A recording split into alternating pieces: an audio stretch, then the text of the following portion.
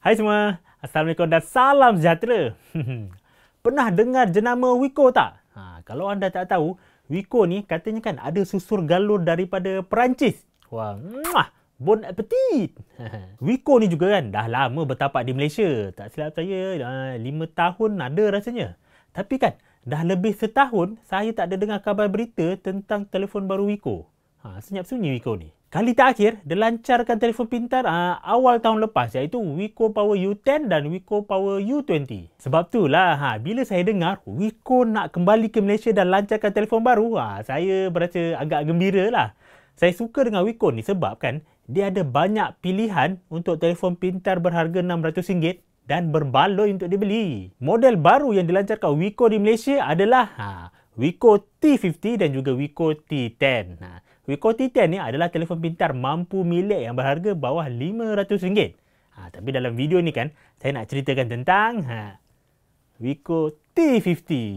Telefon kelas pertengahan yang harganya bawah RM900.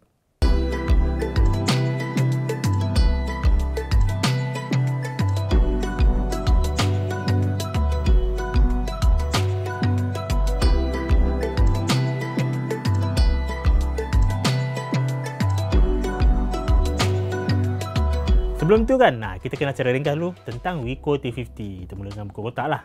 Kotak ni macam biasa je lah. Kotak warna putih, ada gambar, ada model. Dan bawah ni sebut lah, dia warna dia aqua green, hijau, RAM 6GB dan juga storan 128GB. Sekarang jom kita buka kotak. Okay, mula kita jumpa telefon. Okay, tak apa, kita tepi dulu. Dan bawah ni, ada sampul yang menyimpan macam-macam benda lah. Ni ada jarum dulang SIM, lepas tu ada buku manual dan ada pelindung skrin. Kena pasang sendiri ke? Aduh. Dan juga ada casing getah lut sini. Okey. Dan di bawah sekali ada kepala pengecas. Kepala pengecas Wiko ni ada kuasa 40W. Itu 10V dan 4A yang paling kuat lah. Dan juga datang bersama kabel USB A ke USB-C. Okey, itu je dalam kotak ni. Tak ada phone telinga.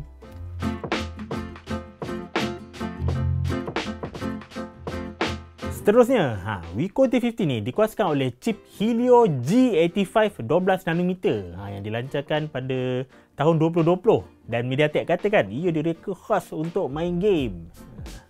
Lepas tu, ia datang bersama dengan RAM 6GB dan juga storan 128GB. Skrin telefon ni jenis LCD berukuran 6.6 inci, resolusi HD penuh dan kadar penyegaran 60Hz. Pengimbas siap jarinya ada dekat tepi ni dalam butang kuasa. Dalam lubang atas skrin ni ada kamera hadapan 16MP dan di belakang pula ada 3 kamera iaitu kamera utama 64MP, kamera ultra lebar 8MP dan kamera makro 2MP. Bateri telefon ni berkapasiti 4000 mAh dan ia menyokong pecahan pantas 40W melalui USB-C. Speaker dia mono ada dekat bawah ni dan ia masih ada jack audio 35mm atas ni. Wiko T50 ni datang dengan sistem operasi Android 11. Ia dijual di Malaysia pada harga RM899 dan ada satu jenis je lah. RAM 6GB dan juga storan 128GB. Sekarang saya nak kongsikan pengalaman ringkas saya menggunakan Wiko T50 ni.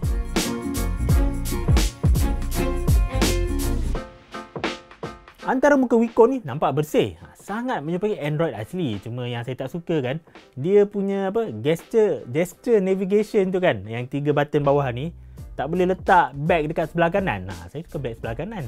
Jadi sebab tak boleh letak, saya tukarlah dia kepada gesture navigation. Skrin ni kan jenis LCD. Jadi secara kasarnya kita tahulah dia kurang cerah lah berbanding skrin OLED. Tapi kan bila saya gunakan dia sebagai GPS Waze, saya letak dekat depan dashboard kereta tu, saya masih boleh nampak dengan jelas walaupun bawah terik cahaya matahari. Badan belakang telefon yang melengkung kan, memang selalu sedap dipegang lah. Macam Wiko T50 ni. Tapi kan perkara yang sangat menarik perhatian saya pada rekan telefon ni adalah bingkai dia. Anda tengok atas kiri kanan ni. Nipis sangat. Kalau nak bandingkan telefon lain biasanya lagi tebal. Tapi bahagian bawah bingkai ni memang tak dapat tolong lah. Tebal dia lain sikit lah. Cuma atas kiri kanan ni, nipis, menarik.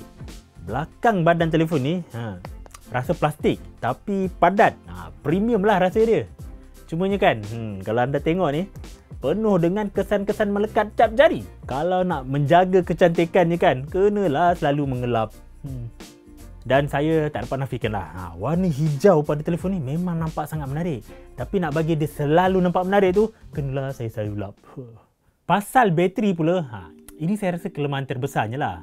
Sebab kan, kapasiti 4000 mAh dikira sangat kecil sekarang. Paling kurang biasanya bagi 4500 mAh. Kalau biasanya, bagi 5000 mAh. Kalau digunakan Wiko T50 ni secara biasa, ia bolehlah bertahan sehari tanpa penggunaan aplikasi yang intensif CPU atau grafik. Tapi kan bila buka GPS macam Waze ataupun anda onkan hotspot ataupun nak main game, memang bateri laju je pergi macam buka paip air. Tapi untuk mengatasi kekurangan ni, Wiko berikan sokongan pengisian pantas 40 watt pada telefon ni. Ini boleh dikatakan pengecas paling berkuasa dalam julat harganya. Ia boleh cas penuh dari 0 ke 100% dalam masa sekitar 1 jam. Kamera di Wiko T50 ni agak baik.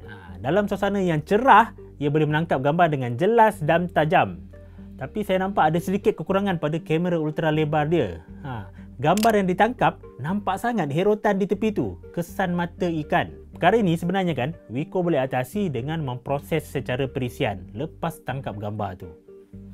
Lepas tangkap gambar, dia proses image processor ke apa ke CPU ke, luruskan tepi tu, baru nampak cantik gambar. Jadi ini beberapa hasil tangkapan gambar saya menggunakan kamera Wiko T50.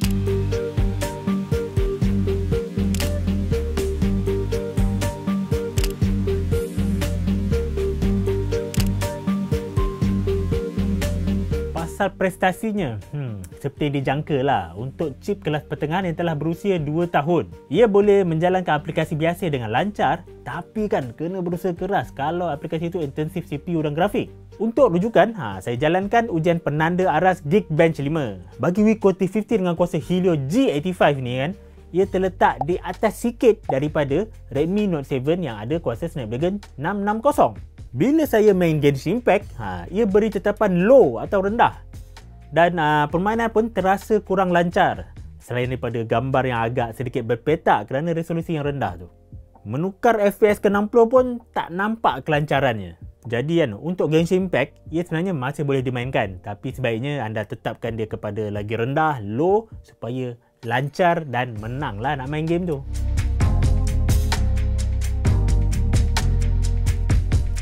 Sebagai kesimpulan, Wiko T50 ni saya lihat dia ada sedikit kelebihan dan banyak kekurangan. Untuk julat harganya, saya perhatikanlah, ia lebih menjurus kepada rekaan yang menarik dan cuba jadi lain daripada yang lain, daripada kebanyakan telefon yang sedia ada dalam pasaran sekarang. Nak kata ringan dan nipis tu tak adalah sangat pun. Cuma nama Wiko ni nampak lebih eksklusif sikit lah berbanding nama Xiaomi, Realme ataupun Redmi. Pada harga RM900, saingan rapat Wiko T50 ni adalah Redmi Note 11S dan juga Realme 9. Kedua-dua telefon ni kan, dia ada chip yang lebih berkuasa.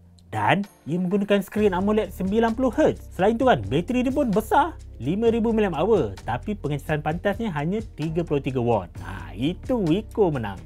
Kalau pasal rupa, eloklah anda lihat sendiri dan bandingkannya. Dan kalau nak buatlah solat istiqarah untuk berikan ilham supaya yang mana sebenarnya yang paling cantik di mata.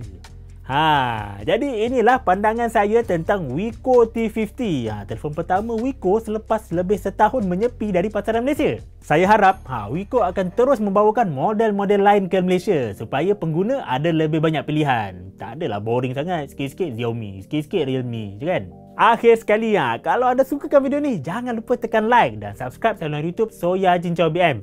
Ikuti kami juga di Facebook, Twitter, Instagram dan TikTok.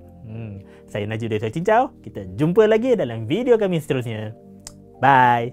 Assalamualaikum.